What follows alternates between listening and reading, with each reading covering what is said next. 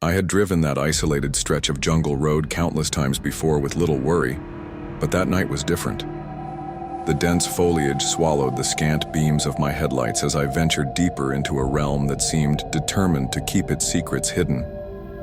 Every sound, the rustle of leaves, the distant hoot of an owl, the hum of my exhausted engine, echoed with an almost malignant intent. I was alone in a vast, foreboding wilderness, and as the hours passed, an unsettling feeling began gnawing at me. I couldn't quite explain it, but it was as if the jungle itself was watching, waiting. The journey had started innocuously enough. I was returning from a late-night business trip when my car's digital clock suddenly blinked erratically. The road, usually a comforting ribbon of asphalt, had become a labyrinth of twisting turns and unpredictable hazards. I distinctly remember a flash of lightning in the distance and an inexplicable chill that ran down my spine. Moments later, as I approached a notorious curve deep within the jungle, my car shuddered violently, and without warning, the engine died. I tried the ignition repeatedly. It was as if some invisible force had clamped down on it. For several minutes, I sat in a mix of disbelief and mounting dread, watching the darkness creep closer outside the windows. Every instinct screamed to run, but the dense vegetation and the oppressive night made it impossible to see any safe escape.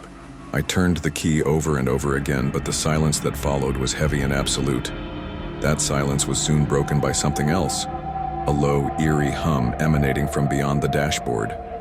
My gut churned with an inexplicable anxiety as I scanned the interior of the car. The smell of ozone and decaying leaves drifted through the foggy windows, enhancing the surreal nature of the situation.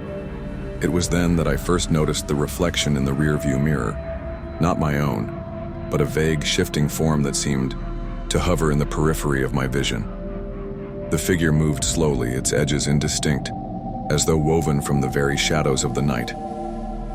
I blinked, certain that fatigue, or perhaps a trick of the light, was playing havoc with my mind. But when I looked again, the shape was still there, hovering in the darkest corner of my car's interior. A chill ran through me as I realized that something was occupying the space with me. Something whose presence was both alien and malevolent.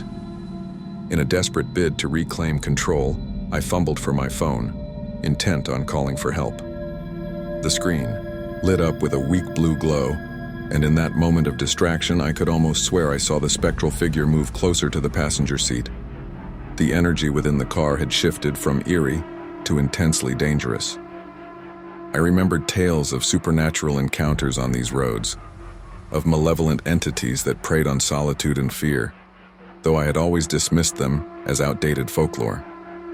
Now, in this moment of paralyzing terror, those old stories seemed frighteningly real.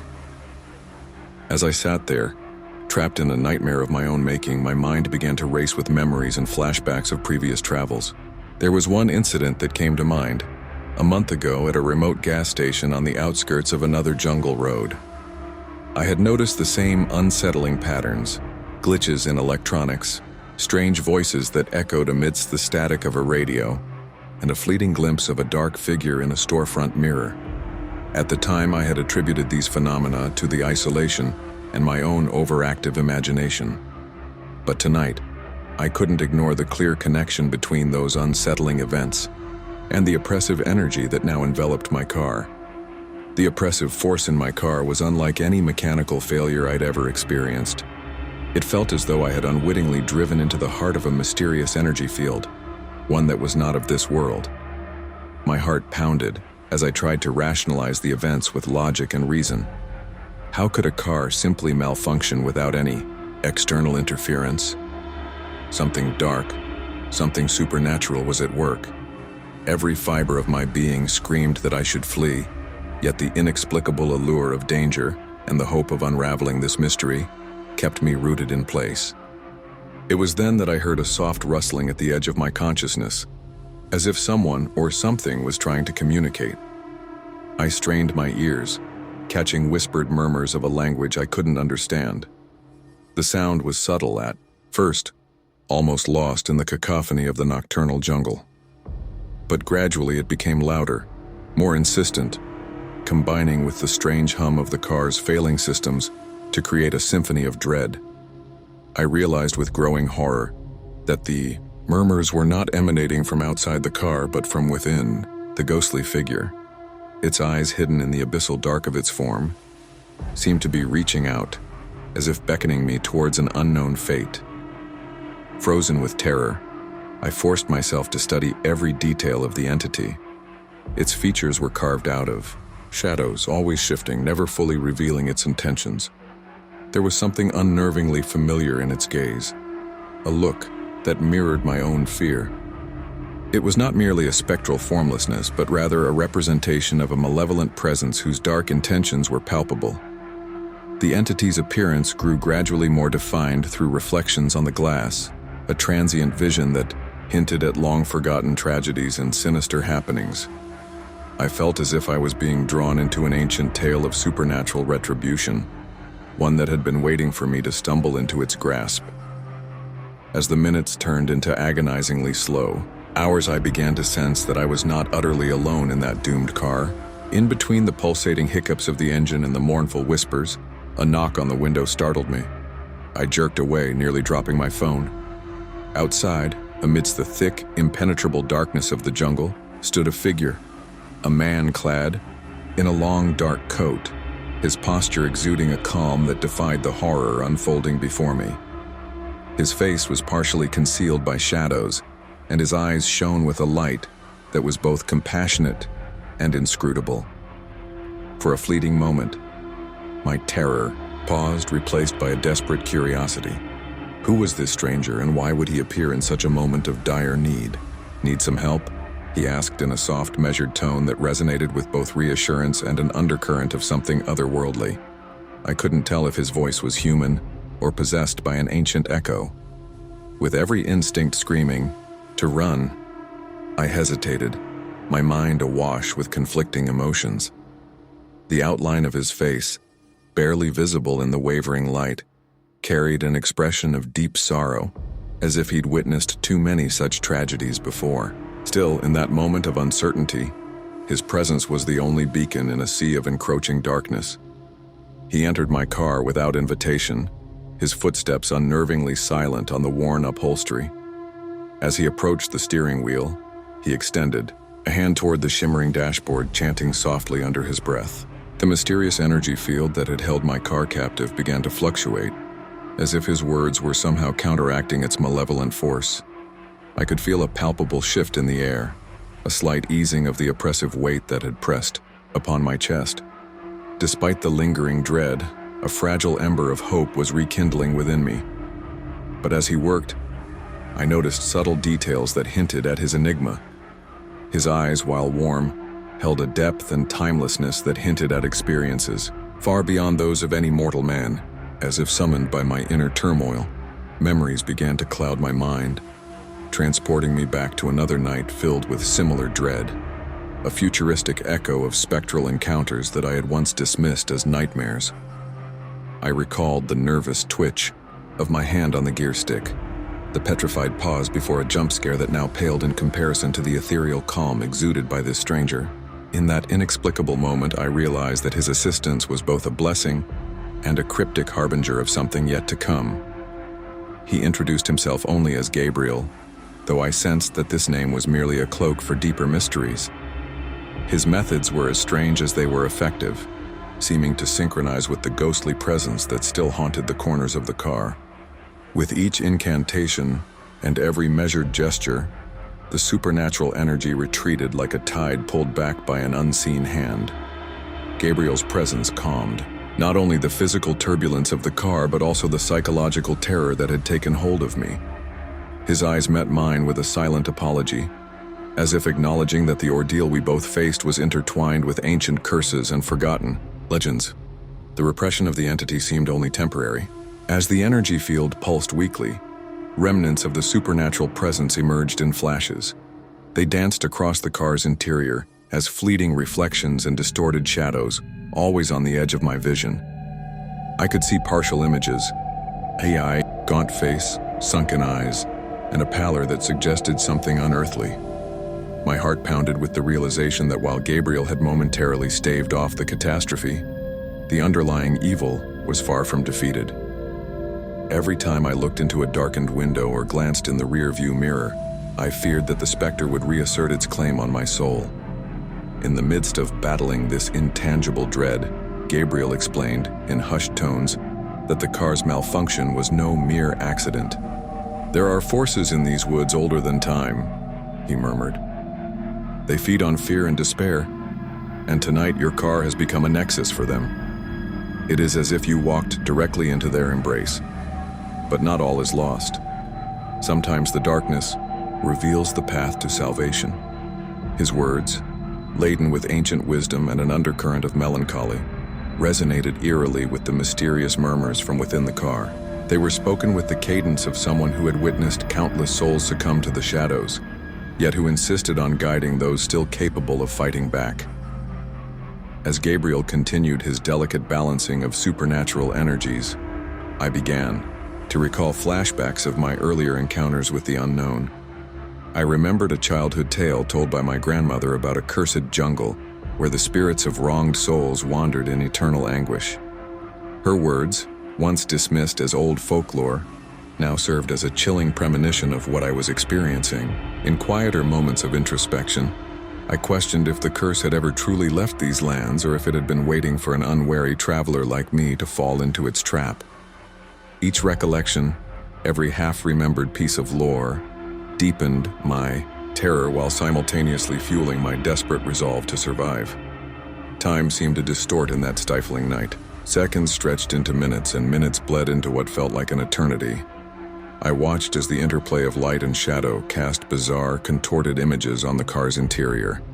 The mysterious energy pulsed in a rhythm that mimicked a heartbeat not of flesh and blood, but of pure, malignant intent. A particular flashback surged unbidden into my mind. The memory of a stormy night in a decaying mansion, where I had first encountered inexplicable phenomena. Whispered voices, objects moving on their own, and that unnerving feeling of being watched by eyes that did not belong to any living creature. That night, much like this, had left me broken and questioning the very nature of reality. Now the past and present converged into a nightmarish tapestry woven with terror, destiny, and an unrelenting call from the supernatural realm. Gabriel's efforts progressed slowly. He pulled out a small weathered book from his coat, a relic that looked as if it had journeyed through centuries. The pages were brittle and filled with cryptic symbols and archaic script. As he whispered forgotten incantations, the lights in the dashboard flickered, casting long, quivering shadows that danced with the spectral entity. The book's words seemed to channel the power of bygone eras, their meaning shrouded in mystery and whispered legends. I could feel the boundaries between the material world and the supernatural blurring, each syllable of his chant inching me closer to a confrontation with forces beyond comprehension. Yet amidst the swirling mists of supernatural energy and spectral apparitions, there lay a kernel of hope. Gabriel's calm, unwavering aura served as my anchor. His eyes, though burdened with sorrow, ignited in me the determination to survive this ordeal. He recounted tales of journeys similar to mine, of vehicles ensnared by cursed energies and souls caught in the crossfire of ancient vendettas. Each story he recited was delivered in a tone that was both mournful and resolute, a reminder that while the jungle harbored unspeakable horrors, it also held the possibility of redemption. His narrative was punctuated by flashbacks of his own dark past, years spent navigating the fine line between the living and the dead, encounters with vengeful spirits, and the solitary pilgrimage that ultimately led him to wield the ancient arts that now saved me. As the night deepened, the boundaries of the car transformed into a microcosm of the outside jungle, a realm where every reflection and murmur reminded me of the struggle between light and darkness. I could feel the sorrow of lost souls mingling with the oppressive malevolence of the ghostly figure. Every time the entity materialized more clearly in a reflective surface, it seemed to grow a fraction more tangible, as though the energy field was siphoning strength from my fear. Yet amid that growing dread, Gabriel's interventions created intermittent pockets of reprieve, a temporary respite from the tide of terror Slowly, methodically, he began neutralizing the energy field. One moment, the darkness around us was nearly impenetrable. The next, small cracks of clarity revealed the dense vegetation beyond, illuminated by the faint light of a distant moon. The oppressive hum of malevolent energy subsided to a low, haunted pulse that underscored every breath I took. And as if acknowledging that the immediate danger was receding, the ghostly entity receded into the recesses of the car, though never entirely vanishing. I couldn't escape the feeling that it was merely biding its time, lying in wait for another moment of weakness. Gabriel explained that the entity was drawn to us because of the residual fear and uncertainty that had inadvertently invited it into my vehicle. "It thrives in the absence of hope," he said quietly. "Our minds in moments of despair become beacons for those who dwell in the shadows." His voice carried both a warning and a promise, a caution that the entity's presence was not a one-time event, but an ongoing battle between the forces of darkness and the tenuous light of our will to survive. I listened, feeling both the weight of his words and the chill of their truth. There was a moment, suspended in time, when I nearly felt a presence behind me, as though the ghostly figure was trying to console me in its own twisted way. The flashbacks continued to plague my thoughts. In another memory, I recalled the first time I heard the ghostly whispers echoing through an abandoned, vine-strangled station. I had dismissed the sounds as a trick of the wind and my own frayed nerves. But now those recollections were intertwined with vivid images of spectral figures gliding through the moisture-laden air of the jungle. The voices were soft at first, barely audible, but they built in intensity, becoming a discordant chorus of lament and malice. I wondered if perhaps every journey I had embarked upon was a thread in an intricate tapestry of supernatural retribution, interwoven with the fates of those who dared to try and outrun destiny. Gabriel, ever observant, noted the tremor in my hand as I reached for my wallet, and he recognized the look of abject terror etched upon my face. He said, "You must understand that sometimes the road you travel is one of fate, and not one of choice. There are moments when life forces us into encounters that are beyond simply turning back. But I have come to help you now, for your journey is not yet complete." His words resonated deeply within me, as if an inner voice, long suppressed by doubt, had suddenly found its volume. It was a conviction that our encounter, however surreal, was part of something larger than the immediate terror of a malfunctioning vehicle in a haunted jungle. Then, as if the universe itself were testing our resolve, the car shuddered once more. This time, it was not the result of a malfunction, but an intentional, supernatural convulsion that jolted us both. A chill wind rushed through the interior as the specter's presence reasserted itself, its outline sharper and its intentions darker. A mirror behind the dashboard briefly reflected a grim tableau. The ghostly figure now appeared to be pressing its spectral face against the glass, its eyes empty voids of ancient malice. I nearly screamed out, but the terrified sound was swallowed by the symphony of creaks, hums, and whispers. Gabriel's hand tightened around the weathered book, and he recited a passage with a fervor that belied the calm he exuded on the surface. In that instant, time and memory intermingled. I vividly recalled a moment from my past, one that I had long tried to forget. It was a night much like this a year ago, when I was driving on a similarly deserted road after an argument that left my heart shattered. The car had broken down unexpectedly, and in the ensuing hours of isolation I had encountered something inexplicable. A fleeting shadow, a glimpse of a mournful, spectral face in the rearview mirror. That singular encounter continued to haunt my dreams until now, resurfacing with every pulse of fear. I wondered if that shadow had been this very entity, marking me long before tonight, patiently waiting until I could no longer ignore the signs. As the memory washed over me, every nerve in my body was set ablaze with both terror and a strange kind of anticipation. Gabriel's incantations continued, each word a counterpoint to the sinister forces building around us. The car's interior took on an almost sacred quality, as if the battle between light and darkness was being waged on the battleground of my fear. The moment seemed charged with an energy that was both precarious and potent, a crossroads where every decision carried the weight of destiny. I could sense that the supernatural presence, though repelled for now, was gathering its strength anew. Each flash of lightning outside seemed to awaken it further, each groan of the old engine resonating with its dark heartbeat. In the midst of this surreal convergence, Gabriel suddenly paused, his eyes meeting mine with an urgency I had not seen before. "There is one more step," he whispered, his voice tense with both fear and determination. "To truly break free of this curse, you must confront the memories that bind you to it. Only by facing your own darkness can you sever the connection that has allowed this entity to find you."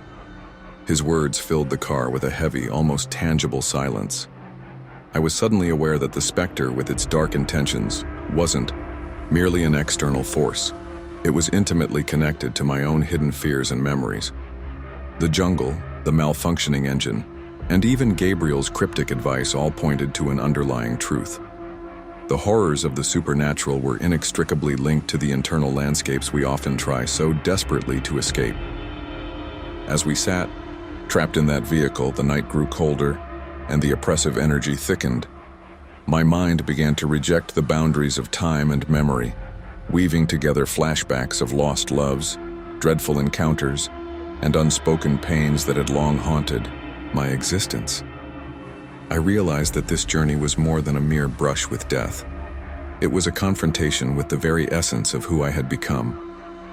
The spectral figure, ever feral in its malevolence, was not simply an enemy to be vanquished, but a dark mirror reflecting the parts of me I had long tried to forget. Gabriel's voice broke through my spiraling thoughts. "Remember, not all ghosts come to harm you. Some come to remind you that the darkness within is just as real as the light, a balance that must be understood and embraced." His words struck me with a paradoxical comfort. The notion that the supernatural realm was a mirror of our inner world formed a line of connection between my terror and my inevitable redemption. It was then that I made the fateful decision to confront my own memories head-on. Despite the visceral fear that gripped me, in that suffocating darkness I allowed myself to recall the painful moments I had long suppressed. The loss of a beloved one, a betrayal that had carved deep scars, and the persistent shadow of regret that had followed me like a ghost.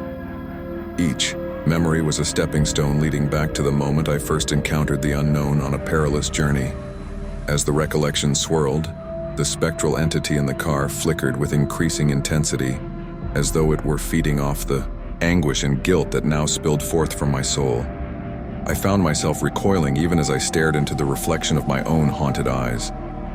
The boundaries between the supernatural and my internal world blurred, creating an overwhelming sense of unity between my personal demons and the ghostly menace pressing in on all sides. Just when the situation seemed utterly insurmountable, a sudden shift occurred. Gabriel's incantations reached a crescendo, and the spectral figure recoiled as if caught in a violent exhalation. The oppressive force within the car dissipated momentarily, and the ambient hum faded to a near silence. In that fragile interlude, I saw a glimmer of possibility, a chance to break free from both the supernatural bind and the internal chain of personal torment. The blend of external sorcery and inner reckoning had created an alchemical moment, one where my fate was suddenly mine to command.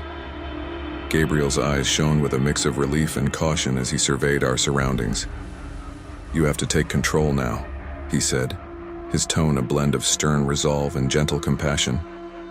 "Do not let the darkness consume you, for only by embracing the light within can you dispel these lingering shadows. The road ahead may not be free of danger, but it is one you must walk with the strength of your own convictions." His words, imbued with a timeless wisdom, served as both a guide and a challenge. I realized that survival was no longer solely dependent on supernatural interventions or ancient incantations. It required the courage to confront the unresolved fragments of my past and carry forward the lessons etched in them. With the immediate menace temporarily subdued, the car sputtered, back to life in an almost hesitant manner. The dashboard's lights flickered, and the engine coughed as if awakening from a tortured slumber. Outside, the jungle seemed to hold its breath, the dense vegetation swaying in what might have been a calm after the storm. The ghostly figure, though still present, had receded into the background, leaving behind only faint impressions on the glass and in the recesses of my mind. Yet I knew this reprieve was only a pause in the relentless confrontation between the known and the unknown. Gripped the steering wheel with fervent determination as I navigated the twisting road out of the oppressive heart of the jungle. Every turn of the wheel was a test of will, a battle against the lingering terror that threatened to engulf me once more. Gabriel sat silently in the passenger seat, his eyes fixed on the horizon, as if preparing for another inevitable challenge. His quiet presence was a constant reminder that help could come from places we least expected. Despite his unspoken warnings that our ordeal was far from over, his calm reassured me that I was not as helpless as I once believed. As we drove through the dense jungle, the natural world outside seemed to mirror my inner journey. The thick canopy above filtered the moonlight into scattered beams, creating a surreal interplay of light and shadow on the narrow asphalt. Each shadow that danced across the road evoked fleeting images of spectral whispers and lost souls, as though the jungle itself bore the scars of ancient tragedies. I recalled every detail of those flashbacks and every whispered secret from the past, the voices of ancestors, the lament of forgotten spirits, and the quiet mourning of a world that had long since lost its way.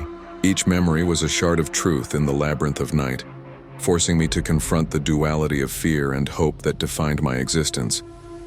The relentless pace of the journey provided little time for rest.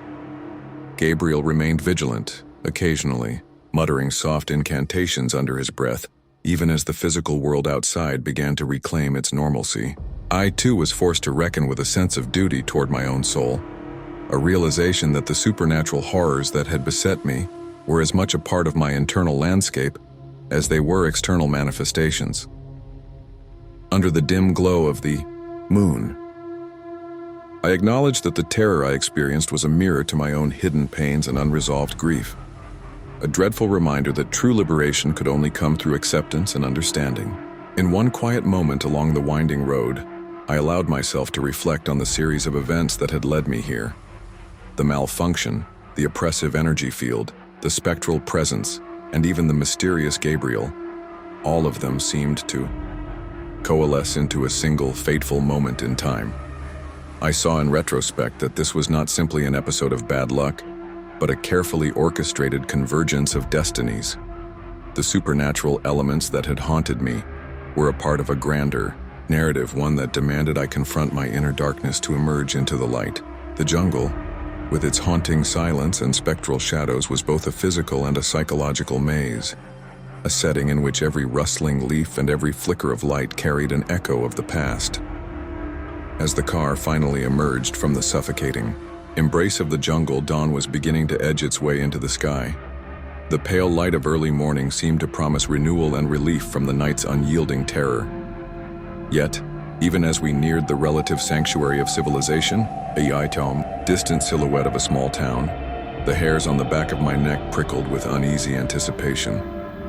I knew deep in my soul that the horrors of that night would continue to linger in the corners of my memory, just as the ghostly figure had left its mark on the car's interior and on my very being. Gabriel's tone grew somber as he finally spoke the words that summed up our surreal journey. The road you have traveled tonight is fraught with both pain and revelation. Though you have escaped this immediate danger, remember that the darkness you encountered is not easily banished. It is a reminder that we all carry shadows within us, and that sometimes the true horror lies in what we refuse to confront. As his words sank in, I felt an unexpected sense of clarity. The horrors of the night, the malfunction, the ghostly figure, the creeping energy field, were not isolated incidents but threads woven into the fabric of my life. They challenged me to rise above my fears and embrace every fragment of my past, both the cherished and the traumatic. Driving into the early light, I could not shake the eerie feeling that the supernatural presence was not entirely defeated, that it lurked just beyond the veil of perception, waiting for another moment when I might falter. The reflection of the dying night still danced in my peripheral vision, a ghostly reminder that the energies I had encountered that night were eternal, cyclical, and always just a breath away from resurfacing. Even as the car's engine hummed, steadily now and the unsettling glow of danger had diminished, an undercurrent of tension persisted in every shadow and every whisper of the now awakening jungle. As I finally stepped out of the car under the burgeoning light of day, I took one last look back at the darkened horizon. The jungle, with its dense vegetation and whispered secrets, slowly receded but would never be truly left behind. Its presence was indelibly etched into my soul, a haunting testament to the night I came face to face with the supernatural in its raw, unsettling form. The mysterious stranger Gabriel gave me one final knowing smile before disappearing into the thick brush as silently as he had appeared. In that bittersweet moment, I realized that my life would never be the same, that the darkness, though momentarily pacified, had found a home within me. Now, whenever I pass a dimly lit road enveloped by the embrace of ancient trees, I remember that night in the jungle. I recall the spectral figure gradually emerging in reflections, the eerie hum that signaled a breach between worlds, and the chilling whispers of ghosts long forgotten. I have come to understand that the supernatural is not always an external threat. It sometimes lies dormant within our own hearts, feeding on our fears and regrets. And while I have learned to navigate the shadows of my past, I am ever watchful, for deep in the silent recesses of the night, a pair of empty eyes might be waiting to remind me that the horror was never truly over. That night on the dangerous jungle road became a turning point, a terrifying journey that forced me to examine my inner demons as much as the ghostly entity that had haunted me. Though I emerged with a newfound strength and understanding, the memory of that supernatural encounter lingers like an old wound that occasionally aches with the weight of unresolved terror. Even in the safety of daylight, when the whispers of the forest have long since faded, I feel the echo of those secret forces, a reminder that sometimes the most frightening specters are the ones we carry with us, hidden beneath the veneer of normalcy. As I now live with the knowledge of that precarious dance between darkness and light, I embrace each day as a gift and a challenge. The experience taught me that survival is not defined by the absence of fear, but by the courage to face it, even when the ghostly reflections in the mirror hint at what might still be waiting in the shadows. The supernatural ordeal on that desolate stretch of jungle road remains etched in my mind, a chapter written in fear and framed by the subtle terror of things unseen. And while I hope to leave that night's horrors behind, I can never fully escape the haunting truth. Some roads once traveled remain forever a part of who we are. In the soft, forgiving light of dawn, I took my first step toward rebuilding my life, carrying with me the bittersweet lesson that sometimes the most unyielding darkness offers us a chance to find our inner light. Even as the jungle fades into memory, its silent messages continue to speak to me, a reminder that every shadow conceals a story, every ghost is a mirror, and every dangerous road is a gateway to our deepest truths. And so, though the night's terror has receded into the realm of memories and lingering doubts, I know that somewhere in the reflections of a darkened window, or the rustle of leaves in a hidden glen, the whisper of that spectral presence endures, ever waiting, ever patient, and ever reminding me that the journey is never truly over. In this endless dance with the unknown, I have learned that survival isn't simply escaping physical dangers. It is the bravery to explore every hidden corner of our memories, to confront the ghostly echoes of our past, and to accept that sometimes the greatest horror lies within. Whether in the heart of a dense, isolated jungle, or within the unresolved chambers of our minds, nightmares are not just ephemeral images. They are the relentless keepers of our secrets and the silent markers of our personal histories. And as the lights of civilization break over the horizon, I carry with me the enduring lesson of that fateful night. The supernatural may be unpredictable, but so too is the resilience of the human spirit. Even now, I wonder if the ghostly presence is truly gone or merely waiting for the next moment of vulnerability. In the quiet moments before sleep, when the darkness of my room grows heavy and the familiar sounds of the night stir memories of that dangerous road, I sometimes catch a glimpse of movement in the mirror. A shadow flits across the corner of my eye, a whisper of the energy that once held me captive. Perhaps it is a reminder that the boundaries between worlds remain tenuous, and that the nightmares we encounter on our journeys are never truly banished, only temporarily subdued by the light of our own becoming. My escape that night was unpredictable, a fragile victory over forces both external and internal, a testament to the unpredictable nature of fate and the extraordinary resilience residing in each of us. Now, as I go about my days, I remain both vigilant and grateful for every moment of peace, knowing that every quiet dusk may yet conceal a lingering echo from the depths of that cursed jungle road. And so, I continue along my path, marked by a scar that reminds me of the night I encountered the supernatural, and of the mysterious stranger who taught me that sometimes the only way to banish the darkness is to carry a light within, unwavering even in the face of the unknown. The horror might not be completely over, but in embracing its presence, I have learned to navigate the murky boundary between fear and hope, a lesson that ensures the road ahead, however dangerous it may be, is one I must and will travel with both caution and courage. Now, in the quiet moments before dawn, when the world is still trembling with residual secrets, I allow myself a final thought, a whispered promise that no matter how dark the jungle or how shifting the shadows become, I will always remember the night when I came face to face with the inexplicable, and in doing so, discovered the resilient spark that makes us truly human. For every dangerous road in a jungle holds its own secrets, and every mystery, no matter how terrifying, offers a chance for transformation. And though I may forever wonder if the ghostly presence might one day return, I have learned that every ending is only a prelude to another beginning, one filled with both dread and the possibility of redemption. Thus my journey continues, a mixture of cautious steps and reflective pauses, forever influenced by that fateful night and forever open to the lessons that both the supernatural and my own inner darkness have to share.